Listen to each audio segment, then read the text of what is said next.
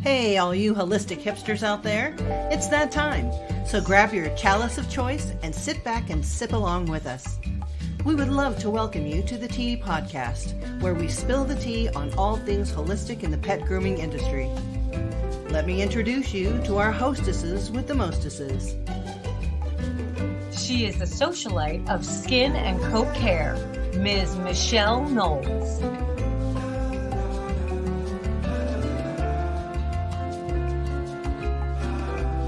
And the queen bee of all things oily, Ms. Melissa Conti-Diener.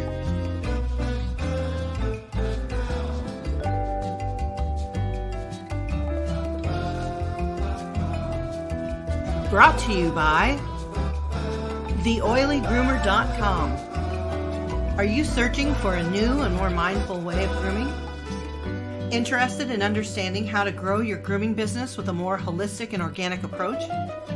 Please contact Melissa Conti-Diener at TheOilyGroomer.com so that you can set up a meeting and bring balance and prosperity to your life.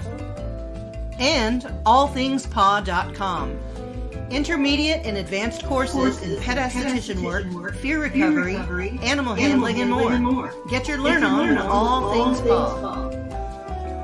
Also, visit TheOilyGroomer.com for classes with Melissa, online and self-guided.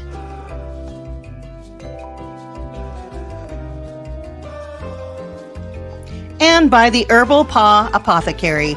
Phone consultations, history gathering, vet diagnosis recommended.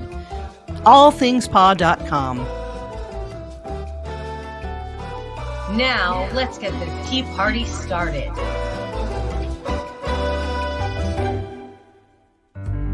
Alrighty then. Here we are again. Hello, Melissa. Hello, Michelle. It's so nice to see you again. Lovely. I'm sorry I've been so busy. I didn't have a chance to clean the cobwebs out of the corners of I saw that. Yeah.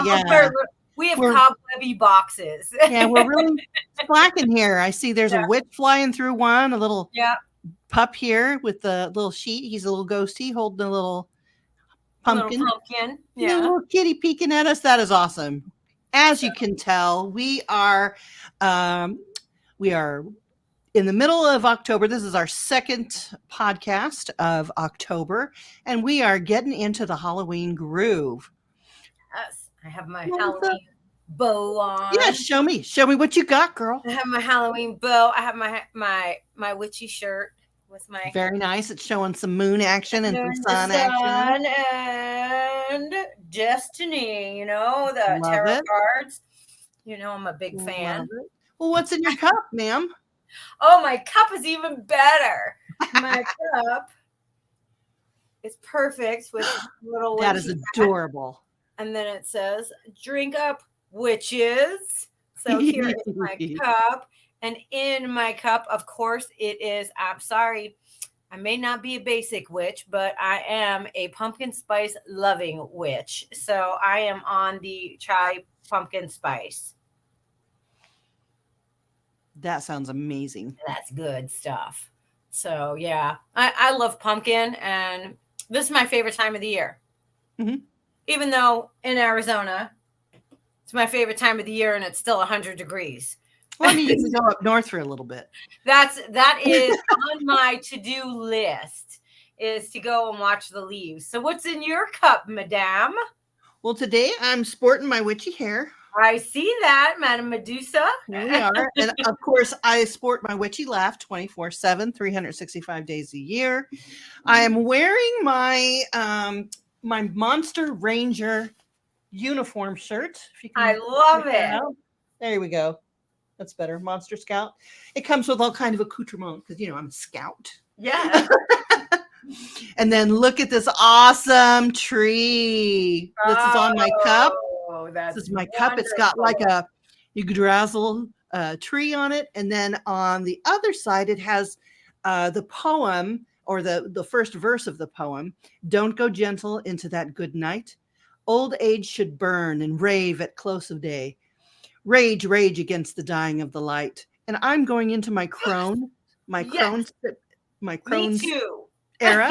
So I thought that this was very appropriate for A little this Dylan, Dylan Thomas, right?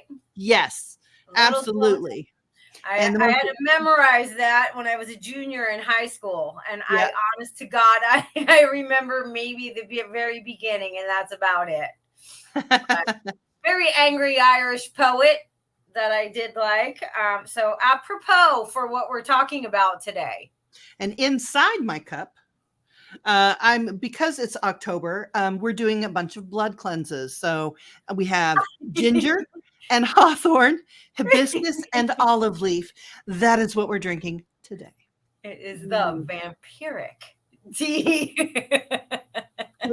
It cleanses your blood and gives your blood nutrients and makes it flow more smoothly through your veins. There you go. For easy So, extraction. yeah. So I bet you're wondering what on earth our topic is. And it's not my beautiful fishtail ponytail, which also doubles as a mustache. That is an Or awful ponytail. Or what do they call that thing right here? That soul patch thing? Oh, yeah. Goatee. A goatee, The yeah. soul patch is when it's just under the Just lip. a little piece, yeah. Yeah. Or it could be my unibrow. Oh, unibrows, yeah. Ancient Greece, yeah, Yes. absolutely. Very true. Okay, here we go. Bam! Pagans, witches, and druids. What's the difference? What even is that? I don't know. I know nothing about any I think we're getting ready to find out, though. School us, a wise one. Goddess of all that is known. Michelle knows all the obscure and I love when I text her stuff and go, "Hey, did you know?" And then she's like, "Yeah, I knew it." I'm always so deflated. I was like, "What do you mean you knew it?" There's a bunch of stuff that I don't know. I just only know weird, obscure things that won't make you any money, that won't help you learn anything.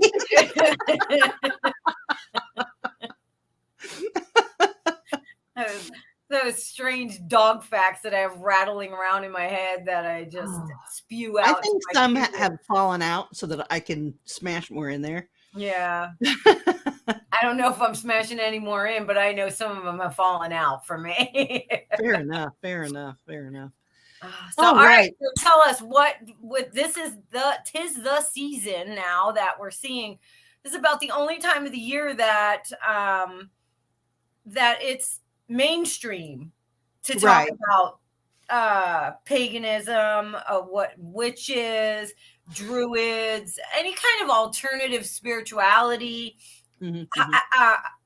For some reason, I have no clue why, October seems to bring about all of that. And then the rest of the years, months of the year, were basically a Judeo-Christian calendar, that we follow. But now in October, you'll see all these little holidays popping up and people talking about solstices and all kind of stuff like that, where we normally don't see that throughout the year.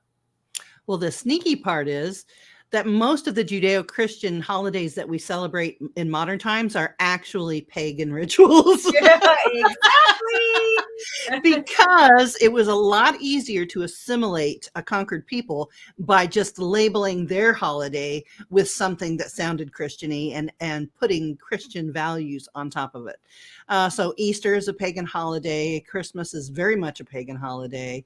All those things, Imbolc, spring, harvest time, pulling in the moon, pulling the sun out of the darkness.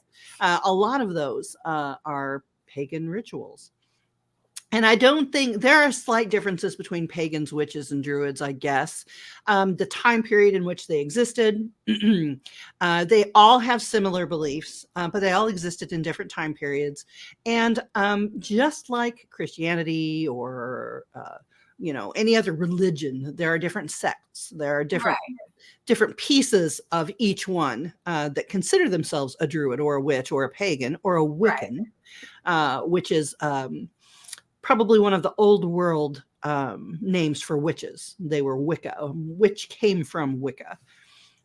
I have where is that graphic? So I have this graphic. I could probably do a screen share. You want me to? Yeah. Let's see. I only have 9,000 windows open, so this ought to be fun.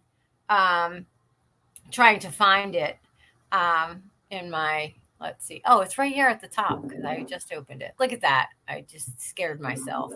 Okay, so this is Wicca, Druidry, Paganism, and Astru. Is that Asatru? Asatru? Yeah, Asatru. Yeah. So basically, paganism, polytheism, recognize several divine beings. However, they do not all believe there is an underlying connection. And then there's nature based. So you said there's like different sects in each one. Nature based is the pagan religions believe in the divinity of nature, which they view as a form of the divine. And then the sacred feminine, pagan religions follow the female divine principle identified as the goddess beside or place in place of the male divine principle as expressed in the Abrahamic God. And then we have Druidry comes from the legend. Yeah, Druidry comes from the legend around King Arthur. I did not know that. That's actually not true because King Arthur is a legend. Druidry was very real. Druids actually set us straight on this. Druidry was actually practiced like in Roman times and before. Okay. Those were the peoples that were living in that era at that time in that place. And then, of course, everybody came and conquered them and everything became intertwined. Druids actually held important jobs in state. They held all kinds of government functions. They had ambassadors for the crops. They had ambassadors for this. Families would send their sons there and with money for the Druids to educate their sons. And it didn't happen until the emperor or the Caesar after the Jesus era, basically, that they began to be outlawed. And they didn't want them. Druidry, correct. Okay. Because Druids did practice human sacrifice. They did all those things. And it became very unfashionable for that to happen in that era of the Roman Empire. Okay. So Druidry, though, I mean, even though there's not a lot of records, there are enough records to know that they were heralded as wise men, wise women, and they held very important jobs in government and state.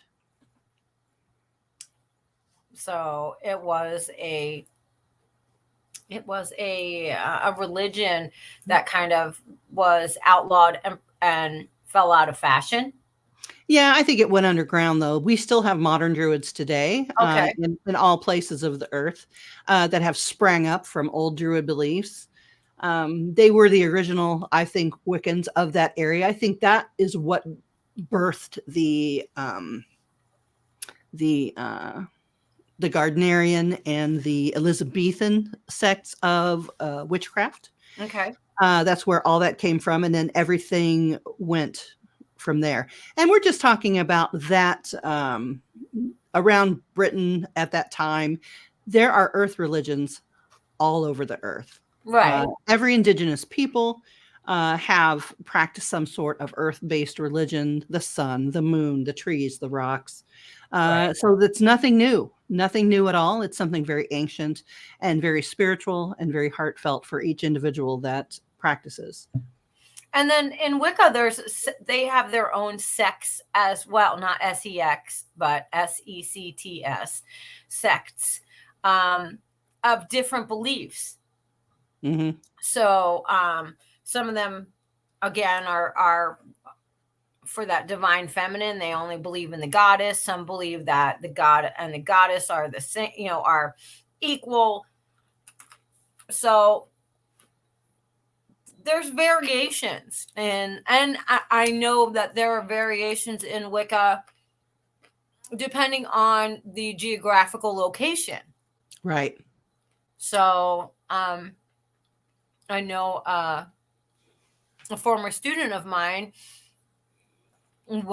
is a practicing Wiccan, and she is an authority on all things Scottish and Gaelic and all those. So they have a little different slant as well. So I know that she's the one that educated me and told me that depending on where in the country you practiced, your practices were a little different as well.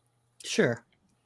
So, and then you have, and how did you say it? Asatru? Asatru? So, yeah, but now I need to know how you pronounce it. Yeah, I know. Google, I love you for that.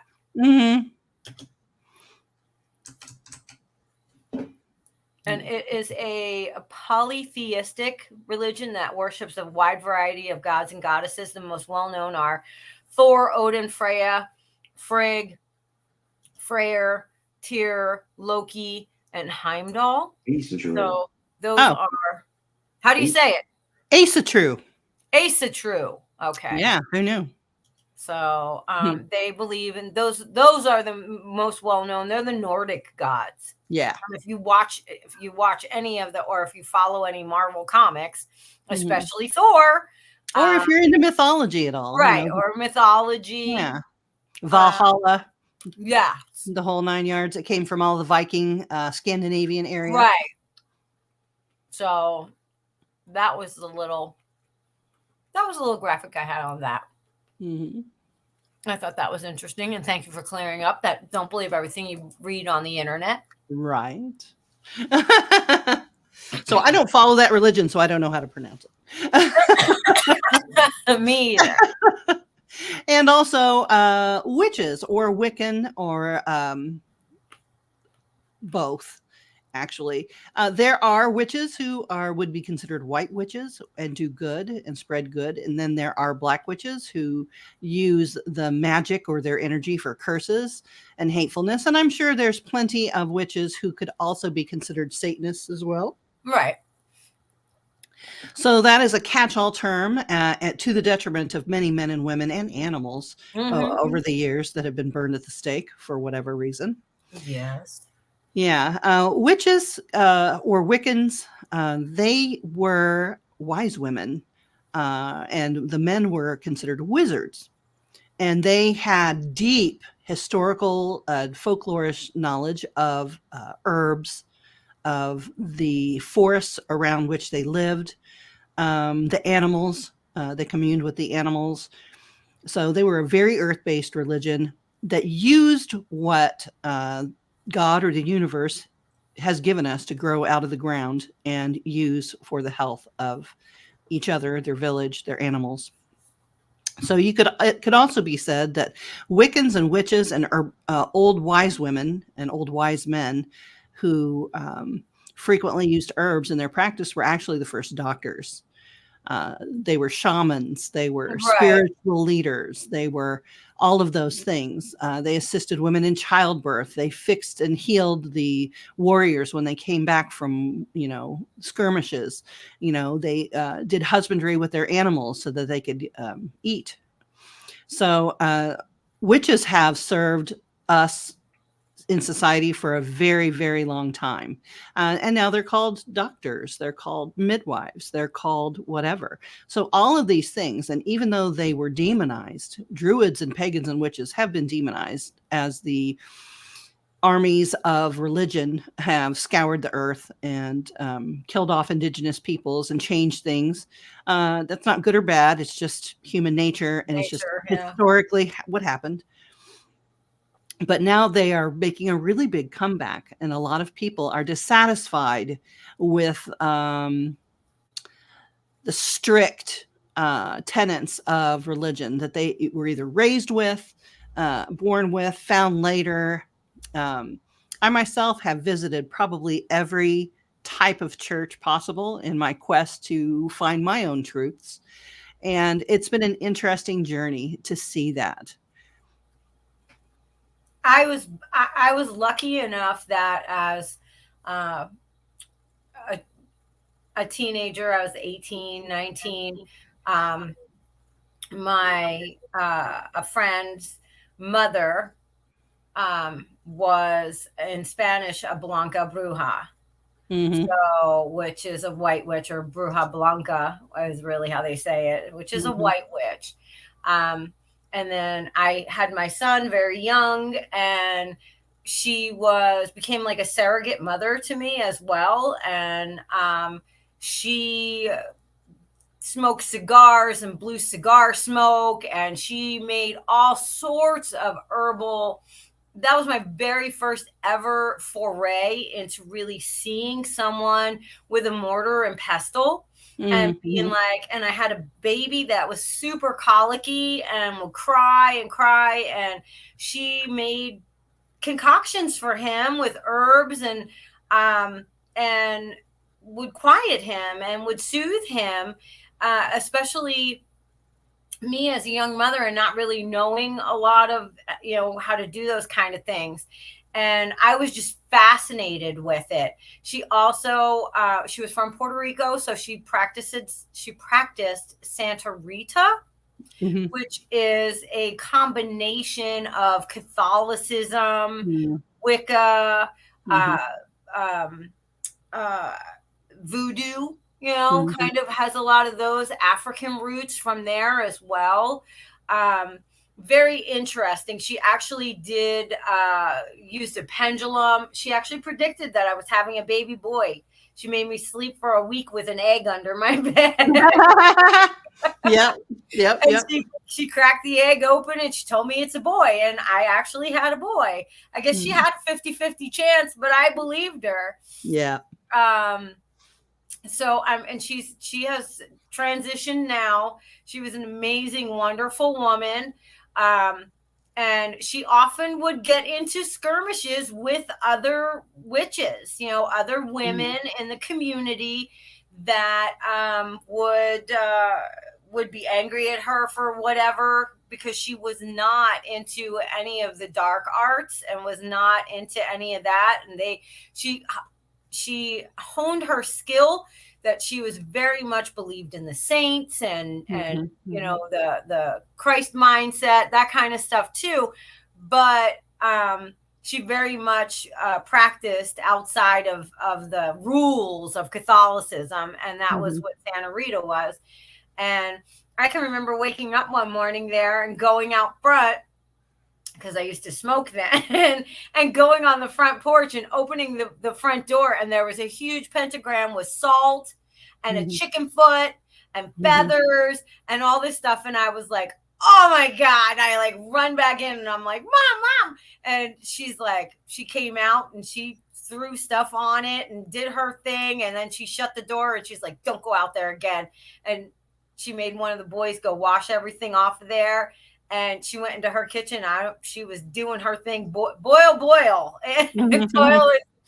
She was in there mixing up stuff, and so they would go back and forth, and like really kind of, it was a community. They would get together even though they didn't all agree, and it was a really interesting thing for me to experience, having grown up pretty sheltered and Mhm. Catholic. Yeah, I can So imagine that. yeah, so it was a pretty awesome thing, and um I'm always so grateful to her for opening my eyes to something that was a little bit more outside the norm. Mhm. Mhm. And she, really explained to me about how, God and nature are one. Mhm. So I think it's really interesting because I have seen video. I mean, I don't mess with Santeria. I ain't got no crystal ball, but Right. Go ahead, sing it, yeah, Michelle. that's not true because I probably do have a crystal ball. I'm just I saying do. that I don't adhere to any of those practices, and I do believe that they work because we carry our energy within us. Yes. And the intent, when you put your energy with intent out into the world, it does make changes, subtle or huge. So I steer away from those. I'm not trying to wake up any spirits or Yeah. invite any evil in my life. I got enough coming out of my own brain. Yeah. So I want to transition a little bit over to familiars. Mm. So every pagan, witch, druid, for the most part, I mean, I'm sure there are some that don't have a familiar, but familiars are very important. Can you tell us what familiars are, Melissa? It's usually a companion animal that is able to act on your behalf sometimes, look out for you. A lot of times they think that the black cat is always associated the most Mm-hmm.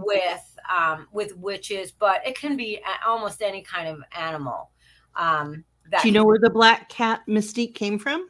I read that it came from, and I don't remember her name, but she was I think an English witch that was being burned at the stake, and they said that she, in the pyre of flames and everything, all of a sudden there was a flash of light, and a black cat ran out, and she disappeared.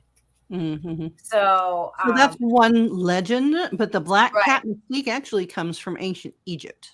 Okay. It comes from ancient Egypt. They believed, now, not only did they think that crocodiles were sacred, Right. dogs, the jackal was sacred, all these, because they were monotheist or polytheistic. However, the black cat and the Mao, especially, cats were considered to be able to walk the line between dimensions.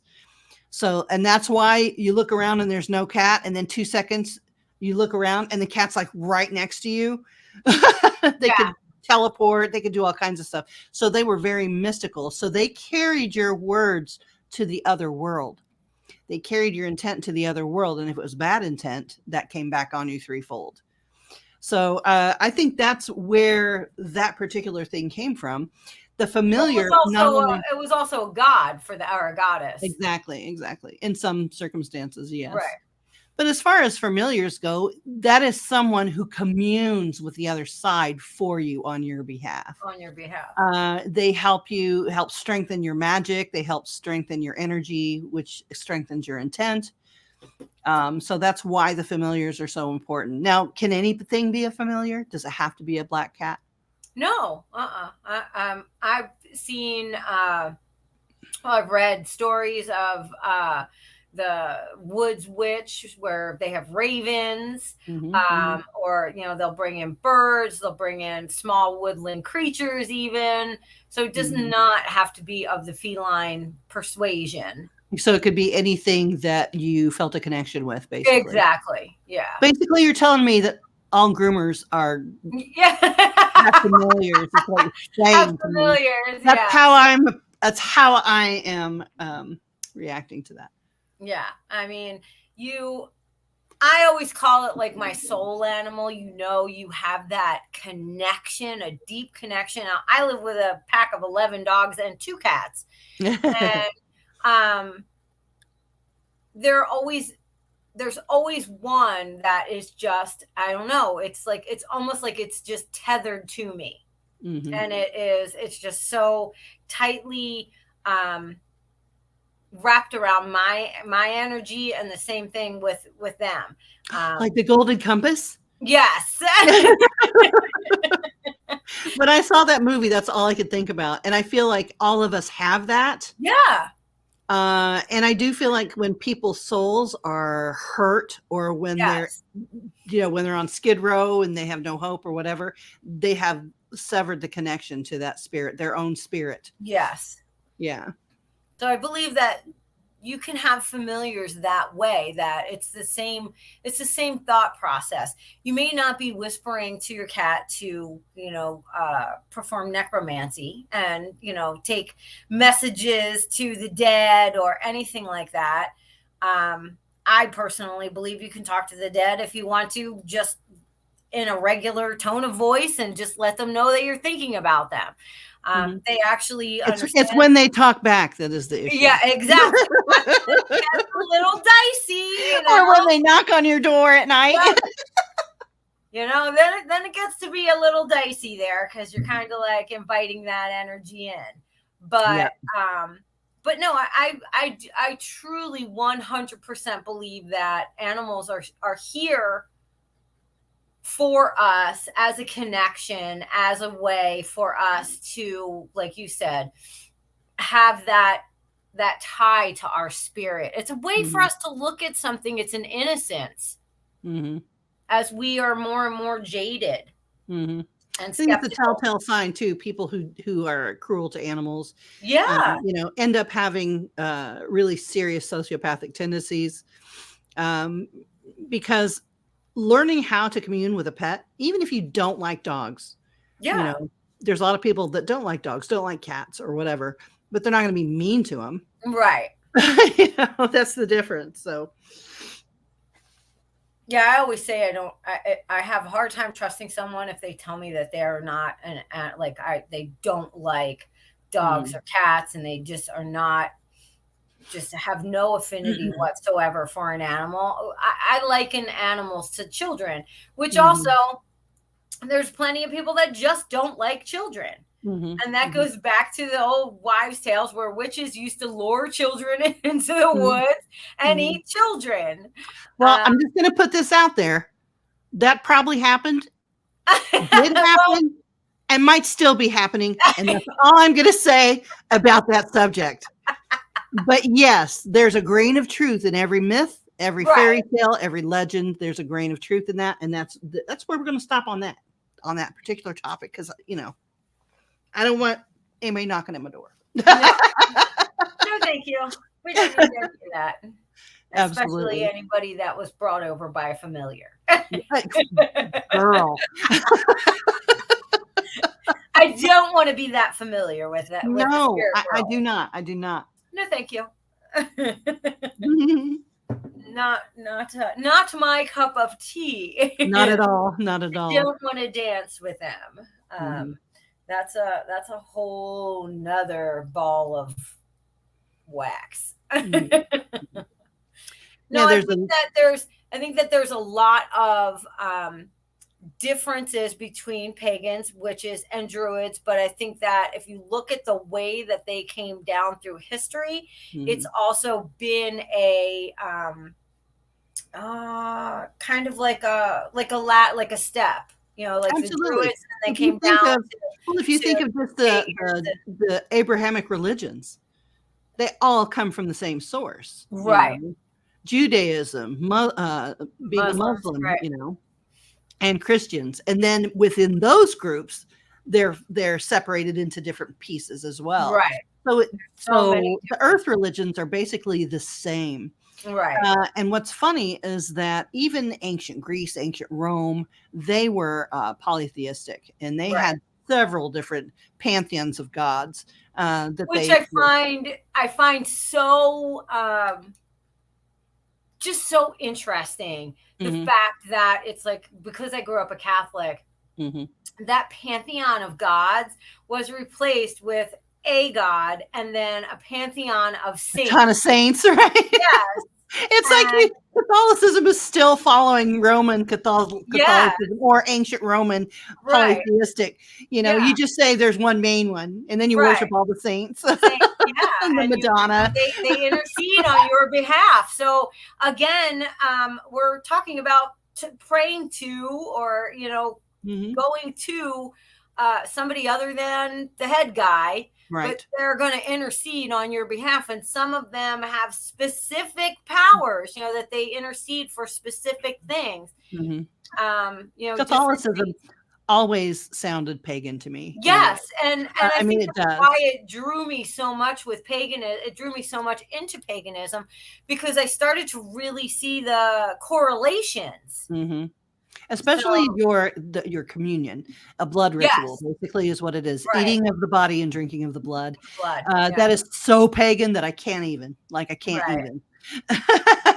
But we see remnants of those practices in our religions today.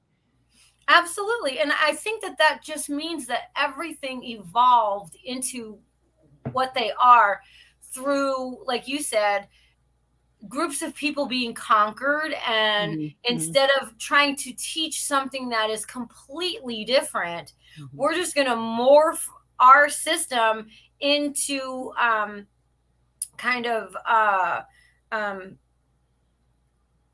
the word I'm looking for, like just kind of absorb these beliefs and just tweak them a little bit so that they're a little bit different. My niece, when she was little, Sophia, we were at Easter service one year, and she said to the pastor, he said to her, are you getting anything from the Easter bunny? And my niece, who was a very precocious child, said to him, yeah, but I don't really believe in the Easter bunny. And she was little. She was like maybe kindergarten. And he said, oh, you don't believe in the Easter bunny? And she's like, no. She's like, it just all stems from the pagan belief system that, bunnies have lots of sex and they have lots more baby bunnies. And Easter is about a new beginning and spring coming. And all the babies being born. Yes. Right, and all the babies good for her. Born. Yeah, and so he just hugged her and he said to her, God, I love a farm girl. Yeah, absolutely. And she was right. And she was absolutely right. But my sister always told her that everything is connected.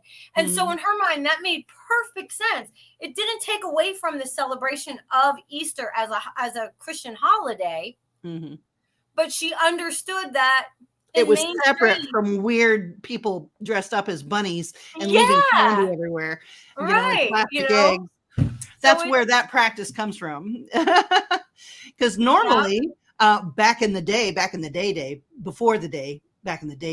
yeah, they absolutely would choose random partners and dance, and they would go out into the woods and they would screw like rabbits, and then whoever was born from that was a spring baby, it belonged to the entire village. So everybody would raise everybody. So any children born of that were revered.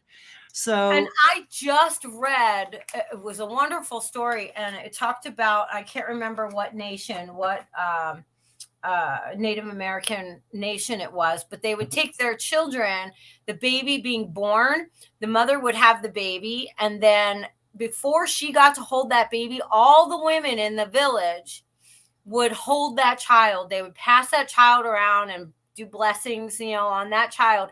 And it reiterated to every woman there that they are a mother again and that they are responsible for that child as well. Yeah, but no wonder birth rates were so high. Exactly. Exactly. But wait, all those filthy hands touching that newborn baby. But wait. Then they would take the baby and they would put it where the horses are, and the horses would, sniff it and be around the horses, and they believed that would tether them. You know what I mean? Like that's probably what we ought to do. We're too clean nowadays. Right. And our immune systems have suffered. I see it in dogs all the time. They're not allowed to go out and snuffle. They're not allowed to get common colds or diseases, kennel cough, this, that, and the other. Everybody pampers them so much that by the time they're in their adult years to their older years, their immune system is shot. They've had tons of antibiotics and steroids, and their immune system no longer works. And that's when you start to see all these breakdown of the body systems and the skin, and, getting all kinds of infections and warts and carrying on. Well, they're not allowed look at the children nowadays as well. Dogs. Our own children. Yeah. They always say that you need to eat an amount of dirt. You need to touch things that are filthy. That's why babies put everything in their mouths, because literally they're developing an immune system. My sister must have the best immune system. She used to eat dirt all the time. Oh my God. We can never have her on as a guest because you already told all her secrets. Oh, my sister used to do this. I know. She did. We're 12 years apart, so I was the big sister, and oh my God, my mother would be like, "What's your sister eating?" And I'm like, "Oh my God, she's eating dirt again!" I ate dirt one time because we were at the little park behind our apartments, and my sister, she can never be on the podcast either. My sister put a bunch of dirt in an old 7-Up can and put a straw in it and handed it to me. I was like 3. I drank that. I drank it. She's like, I told you not to drink it. Why would you give it to me then? Sisters. But it is, I really do believe that it is a lost thing that we're getting so far away from those familiar and family, kind of family tie, that you're part of a larger community. And that you belong. Yeah. And I think that's a detriment to us. I agree completely. I think a lot of the problems we're seeing nowadays is that we're so far removed from our village. Yeah. That things that might have been caught early and fixed are not now. And then we're seeing that in the damaged psyche of people committing atrocities nowadays. Right. I think that every time I see that, I don't think, oh, what an evil person. The first thing I think always is the village let this person down. Because we can catch that early. When somebody's paying attention, most of the time when you get the biopic of the killer or the whatever, right, it's like, oh yeah, we knew he used to kill little rodents, or he used to have this fever, or she used to do this. Like they knew. However, their community let them down. Yeah. And I think that our expanse of knowledge, ability to access knowledge so easily right now, also pulls us away from that community of going to someone that was older, who had experience. And you would have to go talk to the village elders, or you'd have to go find out from the town historian, or you'd have to go to the library and talk to the librarian, who probably, at least when I was a kid, I know that the librarian knew most of the books that were in that library. And it connected you to someone else. Now I feel like we are so disconnected. If you look at like pagans, witches, druids, they had a sense, and the pagans and the witches still do. They have a sense of community. They have family, yeah. Right. That's what I mean, that they have this sense of community still. And it's a large part of their practice, of their spirituality, of how they function as humans, and what their belief system is. And I feel like the more we get pulled away from that, the less we feel connected to anything, and have really like no belief system.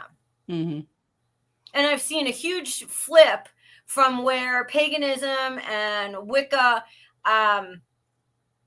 were always looked at as the negative, evil, not mainstream kind of thing, and that the Judeo-Christian has to fight against that. And now I think that we're seeing a resurgence, maybe a rebranding of these pagans and witches that are looked at now as these were the old ways. That these were the things that actually connected us to our earth and to our universe. I have to think too, that's why the men had their separate mysteries and the women had their separate mysteries. Exactly. If you are a male youth, and you're having to deal with surges of testosterone and aggression, where are you going to go? To your mommy? No. You go to the males that go out and hunt and go to war and say, how do I discipline this thing that's happening to me? That's where they learned how to do that. For women, for girls having their issues and this, that, and the other, where are they going to go? To their fathers? No. They went to the grandmothers. They went to the mothers to find out what's happening to me. How is this supposed to go? Is this correct? Or am I broken? Am I damaged? What's going on? I still believe to this day, having had 2 children in natural childbirth with no medication. God bless you. That men do not belong in the birthing room. And there's several reasons why. And I'm probably going to get a bunch of flack for it, but I don't care. That's what I believe. You can believe what you believe. Yeah. I believe that the fathers, males, are not meant to be in there because of several different reasons. Number one, it's a women's mystery. They don't belong there. Number 2, there is a syndrome that when a man sees his mate, his lover, his woman, his wife give birth, So much happens down there that Yeah, there's they a lot. literally have PTSD Yeah. overseeing that, and a lot of intimacy is lost after him having seen that, because in his mind he can't compete with that baby. And I just believe that there are some things that belong to men, and there are some things that belong to women, and that's why they're mysteries, and that's what makes us unique, and that's what makes us function better. And everything we learn on our side, we bring to the whole. Um, so I there's like the idea of us having other women to convene with, Mhm. and to share experiences with. I've read an amazing book called The Red Tent. And I cannot for the life of me think of who the author is, but it's a fiction, but it's a historical fiction, and it talks about the Jews when they were wandering, and how it was part of when the women would hit their menses cycle, get their period, basically, they Mhm. would have to go into the red tent. And Mhm.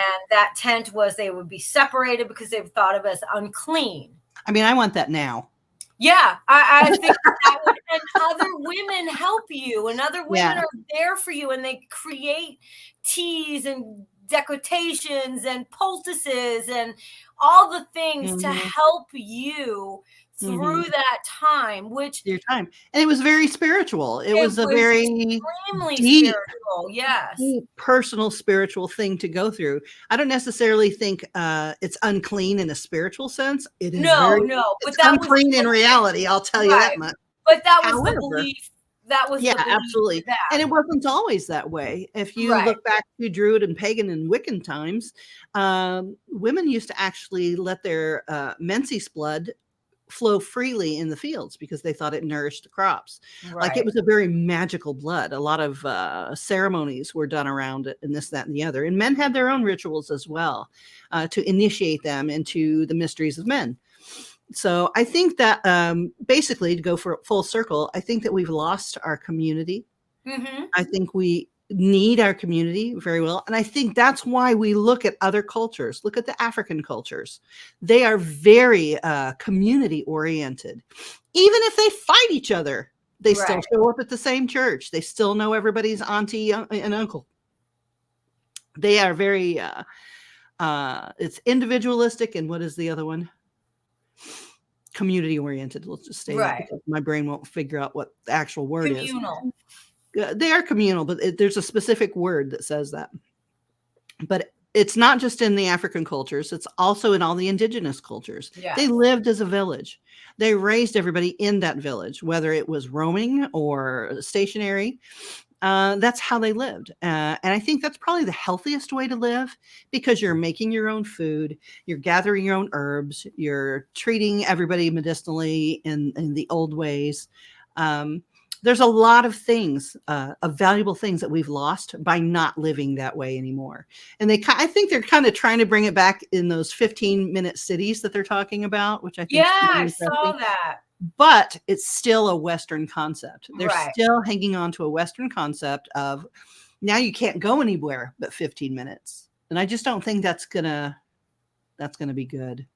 No, I just think we live a very egocentric life. Mhm, mhm, It's very centered around us. Where are you going? What are you measuring up to the success standards of, mhm, especially with social media? mhm. And it just is extremely egocentric. It is about you. Um, Everything is at our fingertips, so we have no connection to our food, to our medicine, to any of the, even our plants, none of it. We have no real true connection to anything. And to me, that hurts my spirit the most, because we are part of all of that. And Yes. we so far removed ourselves. That's why with paganism and the Druids, witches, and any of those other spiritual sects that we Mhm. don't, see as mainstream, they thrive on that connection. Yes. They're And looking for so, that. I think a lot of us are looking for that connection, right, that I community, do believe again, that. because we feel the loss of it. Yes. And Well, a lot that's of that people can't empty put their finger space. on it. Yeah, well, that's that empty space that's why we can scroll for hours on end, watching and seeing what other people are doing and silently judging ourselves. Mhm, mhm, And so, and then mhm, sometimes not so silently. mhm. I think a lot of times that's why outreach, um, has religion with it. A lot of Yeah. times when they go into the addicted neighborhoods and this, that, and the other, and they go in and they try to give them religion. Well, I know a lot of Judeo-Christian, people who try to do that, and it has limited success. I would like to see pagans and witches and druids go Yeah, into that these would places be and it's pretty like, "You know awesome. what? There are alternatives that make more Hmm. sense, that will help you live and be comforted, while you're alive here. Otherwise, it's just hopelessness. Yeah. I think a lot of people are understanding that this isn't how we're supposed to live. No. It's Yeah. not how we're supposed to live at all. Where is the why work yourself to death and then have fun at the end? I was talking that woman we were talking to when we had lunch. Oh, She yeah. was like, "Well, I'm supposed to retire, but my knee hurts and I can't do nothing. I'm probably going to die in a year. I've worked my whole life, so I get a year of hurt." Yeah. And that's what I told her. I said, "Oh, I'm trying to live my life wonderfully in between working." And she goes, "Well, how do you do that?" It's a choice. Yeah. It's a decision that I made to live like that because I don't want to be at the tail end of my life, not being able to move and not doing anything. I, Well, the I thing is you don't know when the tail end of your life is. exactly. So punctuate your work with all Yeah. those things that you want to explore. Yeah. Me, And on the other hand, what I want to explore is more work. So don't be like just me. that if Get an you actual enjoy hobby. your But if you enjoy your work, that's the Yes. difference. It's Yes. not that you're slaving away. Although anything, even something that you feel like is your purpose and your passion, can become mundane or tedious or, just gets overbearing and you have to Mhm. take a break for yourself as well. Mhm. That's why there has to be a connectedness. That's why it's important to just be like, you know what? There's crazy Melissa out on her front lawn in her bare feet under the full moon because I need that. Mhm. And I believe that spiritually that God gives us that, or the universe gives us that. And that's a blessing in itself to be able to stand there and say, I'm just going to take in all this energy and Mhm. refresh my battery because my battery's low. Mhm. And I think that that's something that we lack. We just stay so connected to what's visceral, and not anything that is not seen in the here and now. I agree. And you know what helps make those connections when we can't make the connection ourselves? Animals. Yeah, absolutely. Dogs, cats, birds, all Yeah. our animal companions remind us every day about what nature really is, what the real true things are. Is it more important to have a better car, or is it more important to have that little chihuahua face get scratched and kissed all evening long? Right. We have to prioritize. I read a little story the other day about a guy who lived in an HOA subdivision, and he got a beater truck to pull his trailer because that's what he did for his job. I don't remember what profession, but the HOA sent him and said, "We have your financials, so we know how much you make. Can't you afford a better work truck?"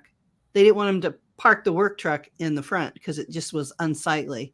Unsightly. And he Yeah. was like, You have to do with the house. You're not going to tell me what car I'm going to drive." you know? But the aesthetic is controlled. It is. It It is. really is. I mean, And again, are we meant to live like that? I don't know. No, I I just don't don't know. think so. I just feel like I'm meant to actually enjoy and have fun. And my aesthetic is whatever I want my aesthetic to be. And if I feel like having a long ponytail today and having space buns tomorrow and, Mhm, mhm. and wearing crazy makeup or crazy clothes or things that are not the norm, that's my prerogative. Life is like a runway, you're the E- designer. exactly. And honestly, I mean, I find that fun. Somebody else may not find that fun. That's Mhm, tedious for somebody else. mhm, But if you find something that you really truly feel like this is brings joy to your soul, that those are the things that you need to do more of. I agree. Yeah. It's hard for me to just have fun. I don't know what that is. So I just explore the things that my mind is interested in. Right. And I end up adding to my workload incredibly until I cry and break down. But I guess that's what's fun for me because that's what I end up doing. Right. That's what I seek. And I want to help, especially at this time in my life. I'm going into a help mode. I want to help. If I can help, I want to help. That is my priority. I want to help clients with skin issues. I want to help their It's pets. I want to help. honorable thought process. I'm here to be where I'm needed. And that is my goal from now on. I just feel like I feel better when I can help someone. I feel better when I can further education in general in the industry. I feel better when I learn more. So if I've got a bunch of crap in this head that I've read and studied and mastered over my lifetime, I'm trying my very best to share as much of it as I can before I can't anymore. Right. I do have a small legacy to leave. I don't know how brilliant it is, but it is my legacy. And I want to leave as much of my knowledge as possible so that I may help people coming up after me. Well, that you and I are always on the same page. Is to always reach back. I feel exactly the same way, except I also jump out of airplanes. You sure do, girl, because I'm not. I might go with the wind tunnel, but I probably won't jump out of an airplane. I just, for me, I want to experience. I feel like I've spent so much of my life working so hard. I had this conversation with my husband the other day, and I'm like, I literally have had a job since I was 13 years old. Like that, I had a paying job. So I worked as a babysitter, and I was a pretty in demand babysitter in the different towns that we would live in because I would advertise, and I would go around and be like, well, here's my number. I'll babysit for you, kind of thing. And I've been doing that my whole life, and I'm 56. So I feel like, yeah. For those of you who don't know, Melissa and I are a couple months apart. Yeah. We are the exact same age. Yeah. Only a couple months apart. So that's a lifetime of, like you said, a lifetime of working. And even though I want to help educate and I want to help bring somebody else up and do what I can, I also want to experience what this world has out there for me to experience. So jumping out of the airplane was crazy, but I'm crazy and I own my crazy. So it suits you. I belong in the Shire. I mean, and I love all that. I love to connect with nature and all that. And it was really eye-opening for me to actually see the world from that vantage point and to know that I had the power to overcome a fear. Oh, absolutely. Yeah. Cause that was pretty serious. Yeah. And that was a huge part of what it was. I always said I wanted to do it, but actually doing it makes a huge difference. No doubt. No doubt. So, and there was no witchcraft involved. It was simply me just drawing on the fact that you have the power to create the reality that you want. You don't have to subscribe to anything in particular. I agree. And we're coming up on our hour. So Already? quick. As a tribute to October, our lead out music. Yes. So we will be continuing our theme. This is our second October podcast. And we'll be continuing the theme until the end of October. And we hope to see you soon. We hope that you hear us soon. And may your next sip be as lovely as your last. Thank you so much. Bye.